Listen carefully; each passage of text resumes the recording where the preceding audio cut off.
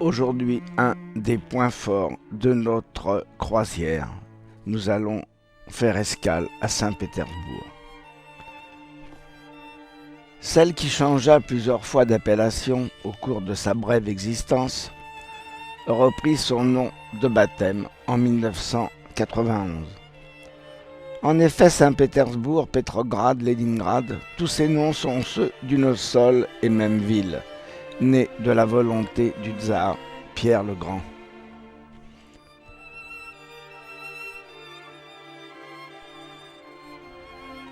Saint-Pétersbourg fut la capitale de la Russie jusqu'en 1917, lors de la Révolution, où elle fut supplantée par Moscou.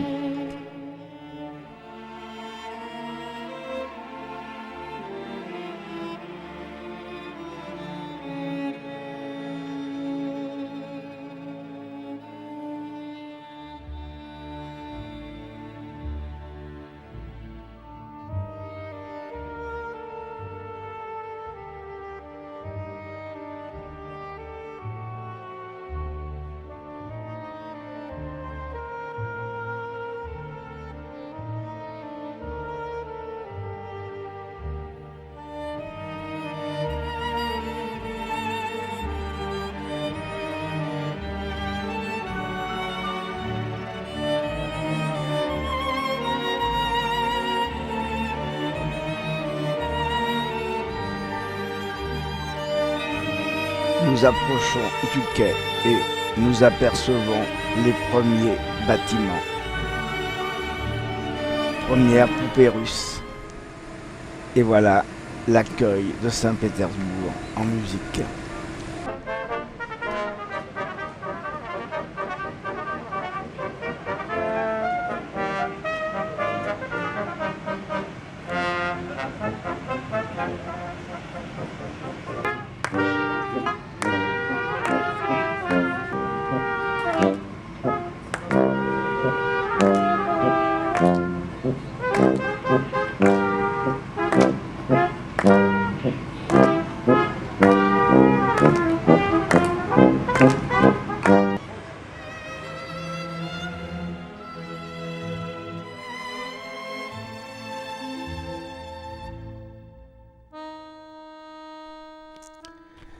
Pierre le Grand eut la chance de trouver un terrain jouissant à la fois d'une position stratégique en étant installé près d'un delta d'un fleuve enserré d'îles et de bras d'eau.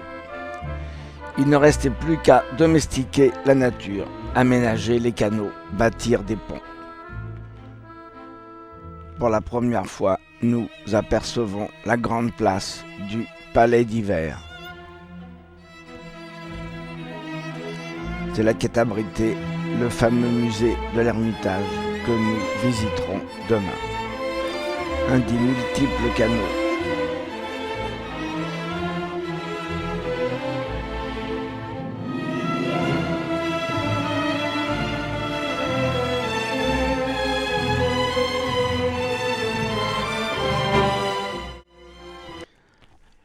Le palais Petrosvoret ou Peterhof.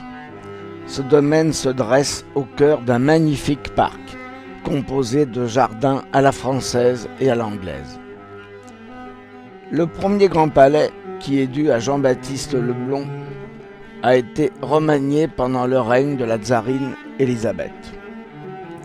Ce domaine de 607 hectares borde la Baltique et présente de nombreuses fontaines, avenues bordées d'arbres, sculptures et palais, dont les salles resplendissent de beauté et de raffinement.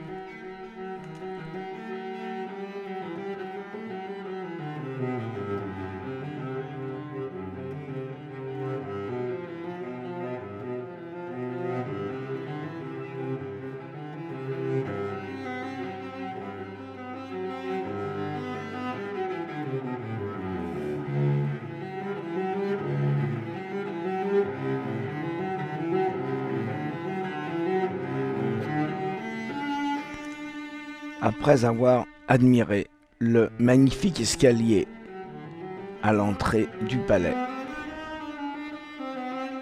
nous sommes absolument émerveillés par ses sculptures, ses peintures. Tout est d'un raffinement extrême. Pierre le Grand fut le premier souverain russe à voyager à l'étranger depuis 600 ans, lorsqu'en 1717, il se rendit à Versailles. Il fut tellement ébloui qu'il voulut absolument que la Russie possède le même palais.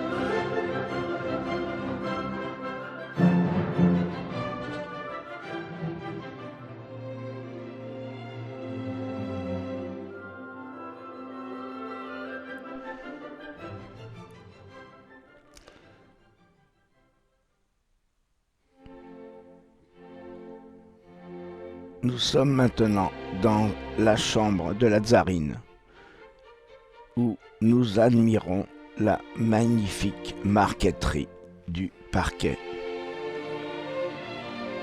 Bon nombre des artisans venaient de France et d'Italie.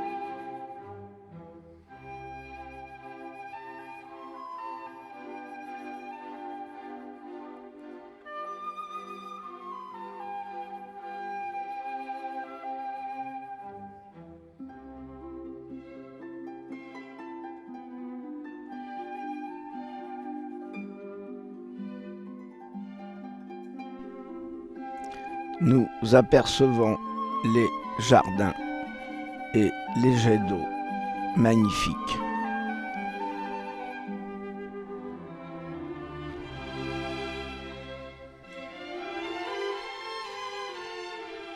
Au loin, la Baltique.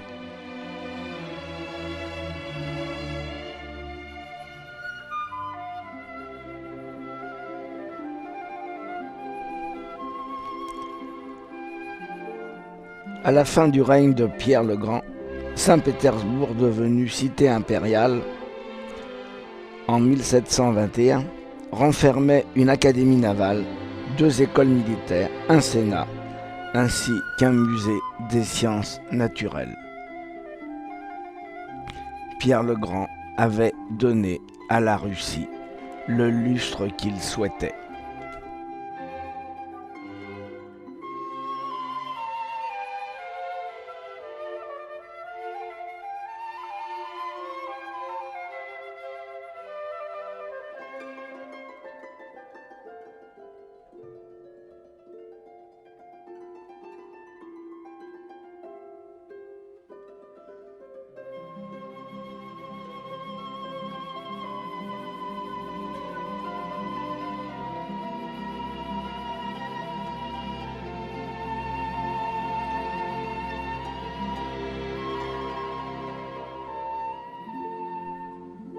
Comment ne pas évoquer Versailles quand on voit ce superbe spectacle?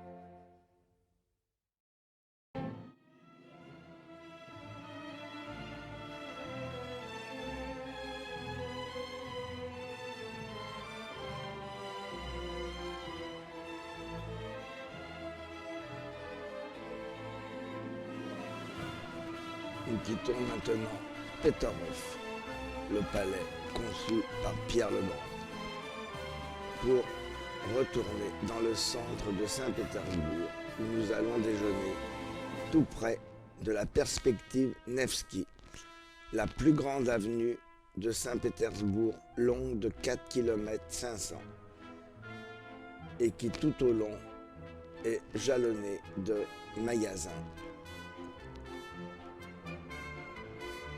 Nous pénétrons maintenant dans le restaurant. Nous sommes accueillis par des musiciens.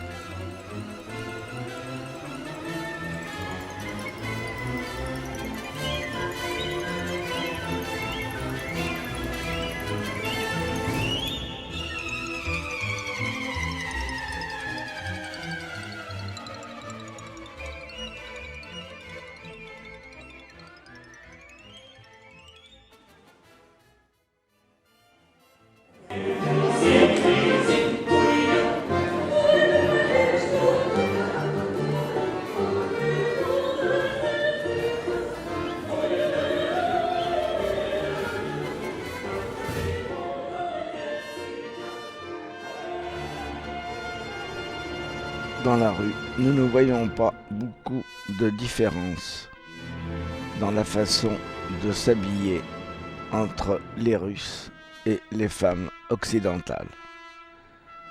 De même, la circulation automobile est très dense et nous sommes surpris par le nombre de voitures de haut de gamme que nous rencontrons.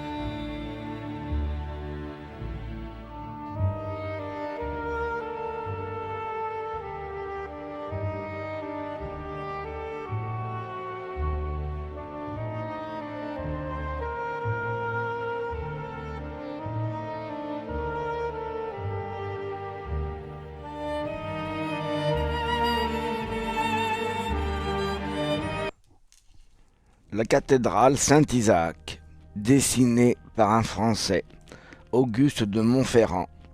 Elle est l'une des plus grandes cathédrales du monde. Elle est construite sur pilotis en bois. Elle fut inaugurée en 1858.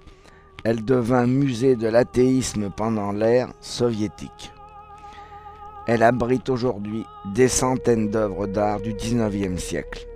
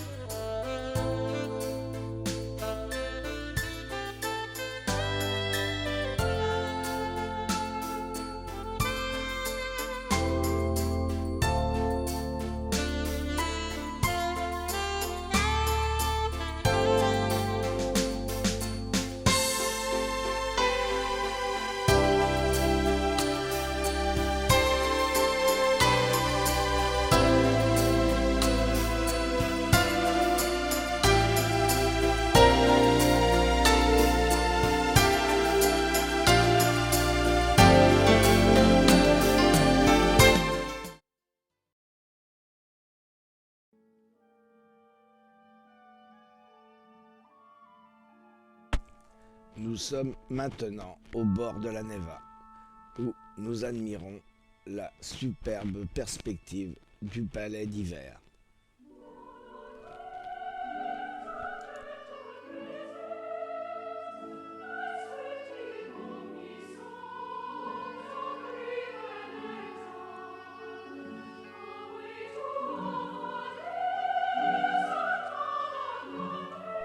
Rivalisant avec Moscou en tant que capitale, Saint-Pétersbourg retrouva son prestige sous Élisabeth Ier. L'impératrice dota la ville d'un théâtre et d'une académie des beaux-arts. Élisabeth confia aux soins de l'architecte italien Rastrelli l'édification du couvent Smolny, de Peterhof et du palais d'hiver.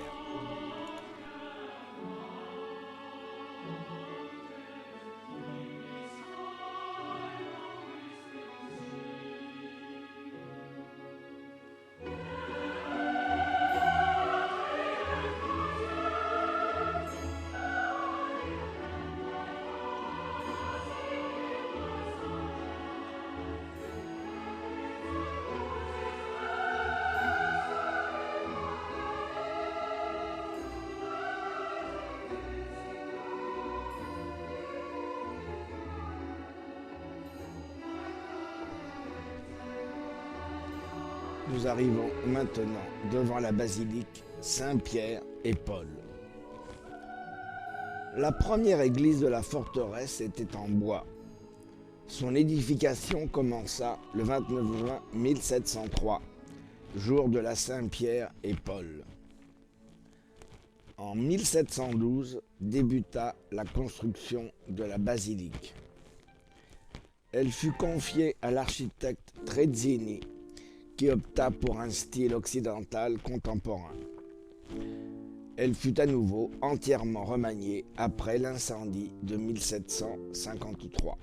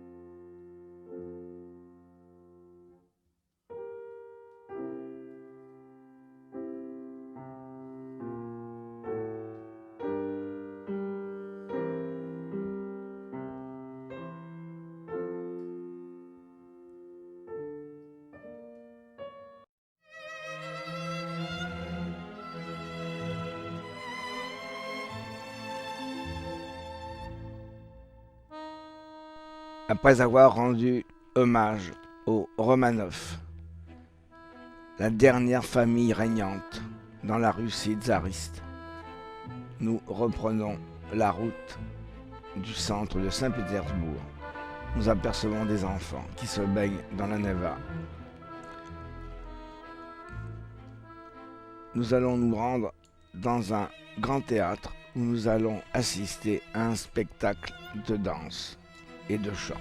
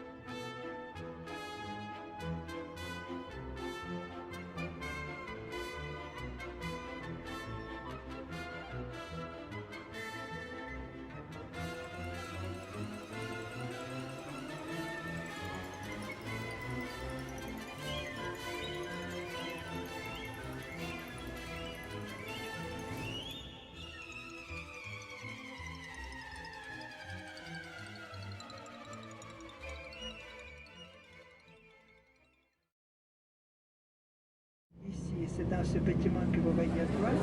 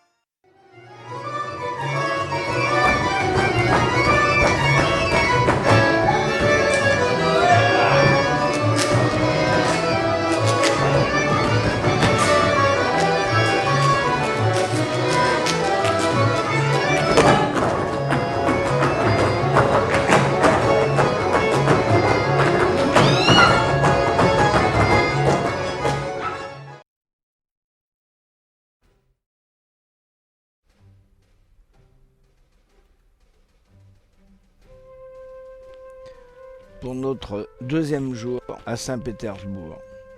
Le soleil est toujours au rendez-vous. Il fait un temps superbe. Nous avons décidé ce matin de faire une excursion un peu hors des sentiers battus. Nous allons faire une mini croisière sur la Neva.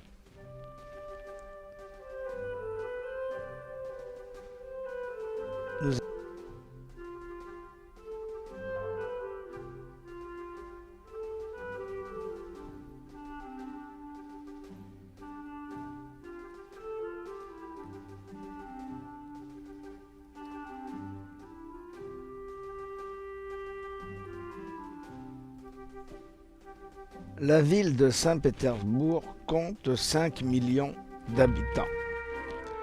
Parmi les plus grandes villes du monde, dépassant le million d'habitants, Saint-Pétersbourg est la plus près du cercle polaire.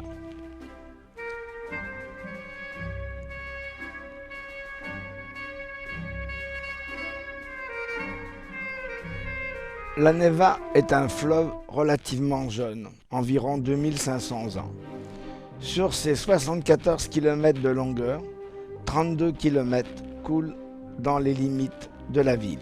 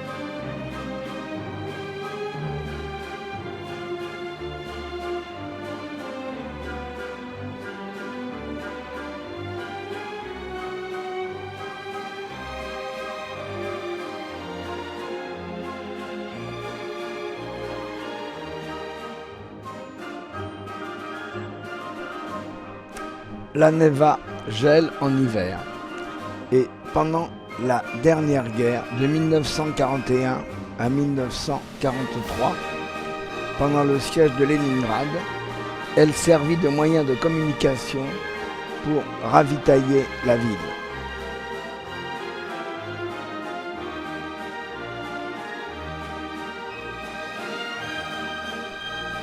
La Neva a valu son surnom au prince de Novgorod, Alexandre Nevski. D'ailleurs, la grande avenue de Saint-Pétersbourg, la perspective Nevski, porte son nom.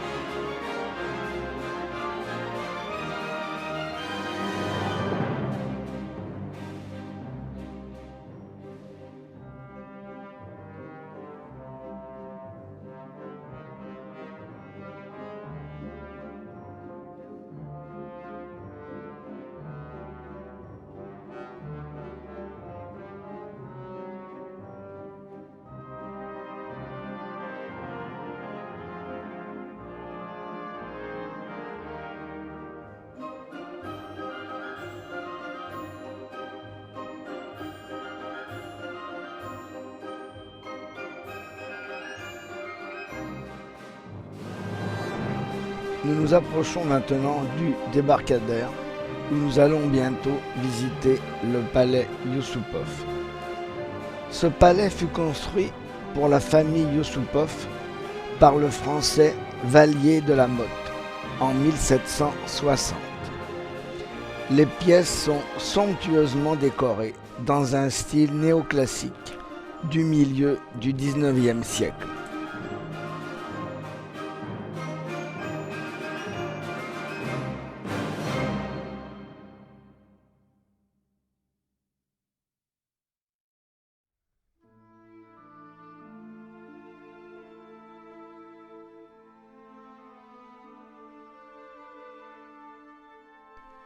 Nous pénétrons dans le palais par un escalier monumental. Les plafonds sont superbes, richement décorés.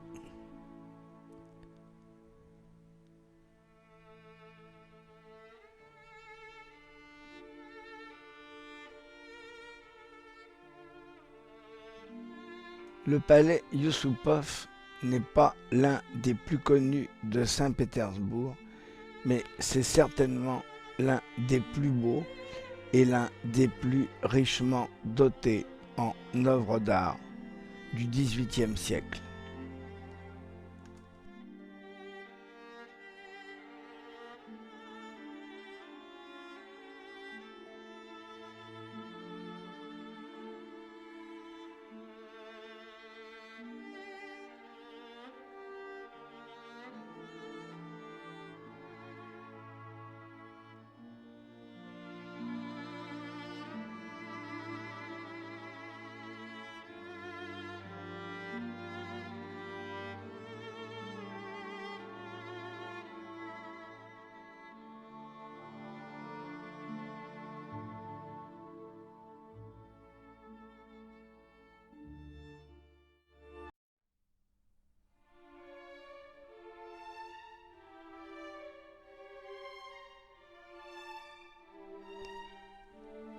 Les photos d'époque de la famille Yusupov,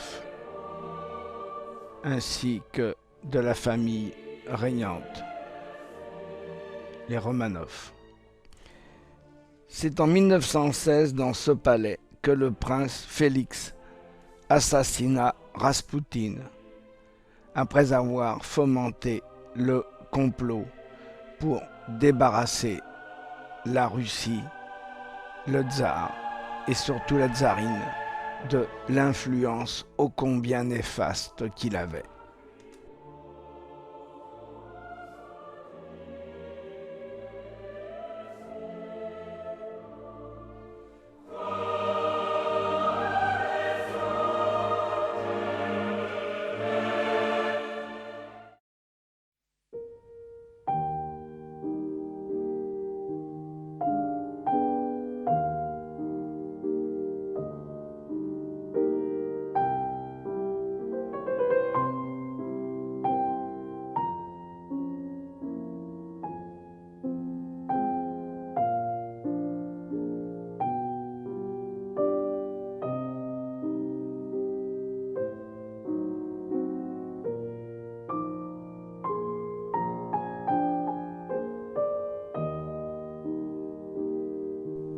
Le premier étage que nous visitons actuellement est tout aussi somptueusement décoré.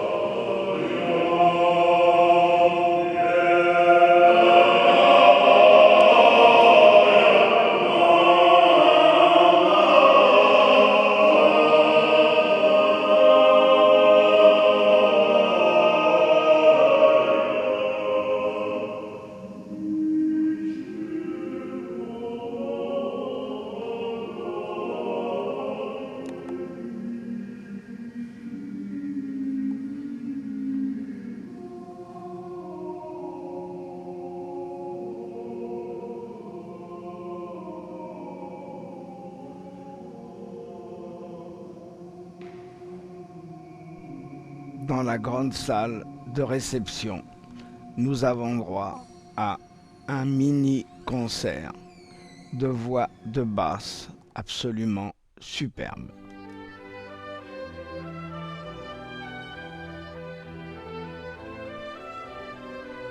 Nous arrivons maintenant au très joli théâtre du Palais, qui est une véritable bonbonnière.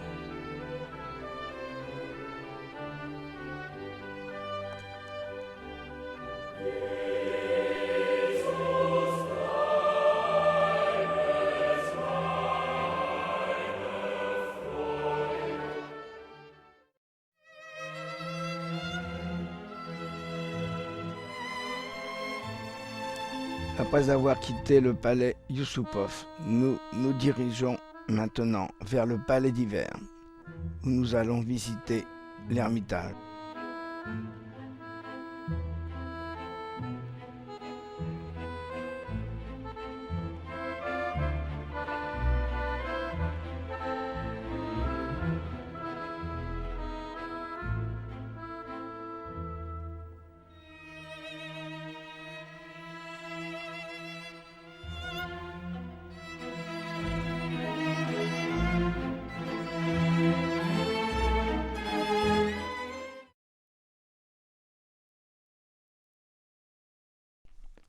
Avec ses 350 salles et plus de 3 millions d'œuvres, l'Ermitage est l'une des plus célèbres pinacothèques du monde.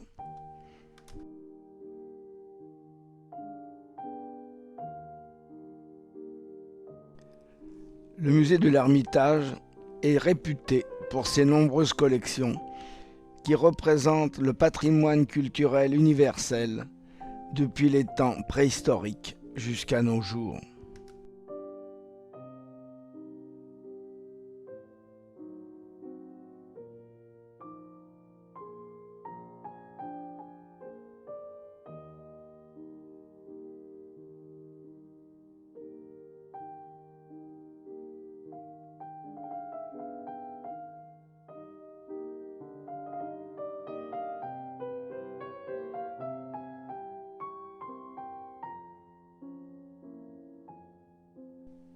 L'Ermitage abrite également les objets provenant des palais impériaux de Saint-Pétersbourg, ainsi que des collections accumulées par les empereurs de Russie durant les 19e et 20e siècles.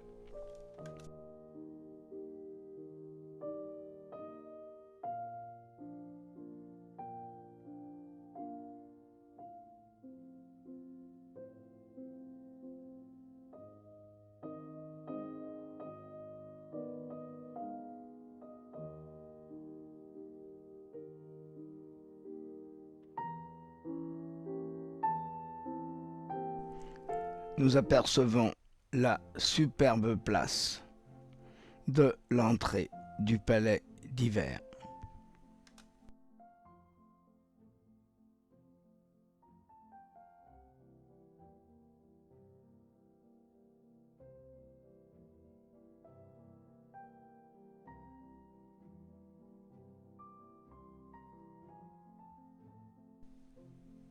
Le département de peinture italienne du musée comprend des chefs-d'œuvre de Giorgione, de Léonard de Vinci, de Michel-Ange, de Raphaël et de Titien. La vaste collection de peintures françaises inclut des pièces maîtresses de Monet, de Renoir, de Degas, de Van Gogh, de Gauguin, de Picasso et de Matisse.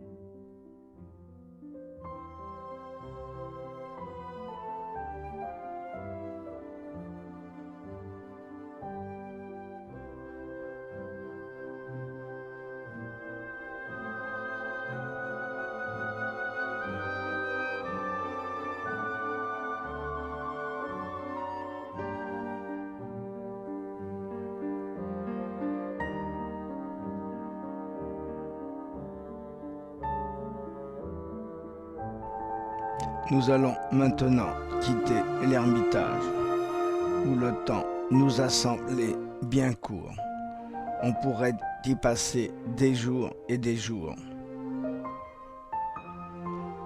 Nous voici maintenant retrouvant le spectacle de la rue et la superbe façade du palais d'hiver.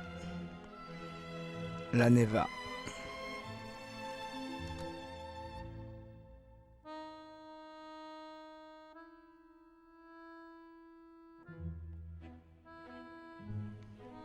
Notre séjour à Saint-Pétersbourg va se terminer. Nous regrettons de ne pas avoir pu y passer au moins une journée supplémentaire, tellement la ville est riche et tellement il y a de trésors à découvrir. Nous reviendrons peut-être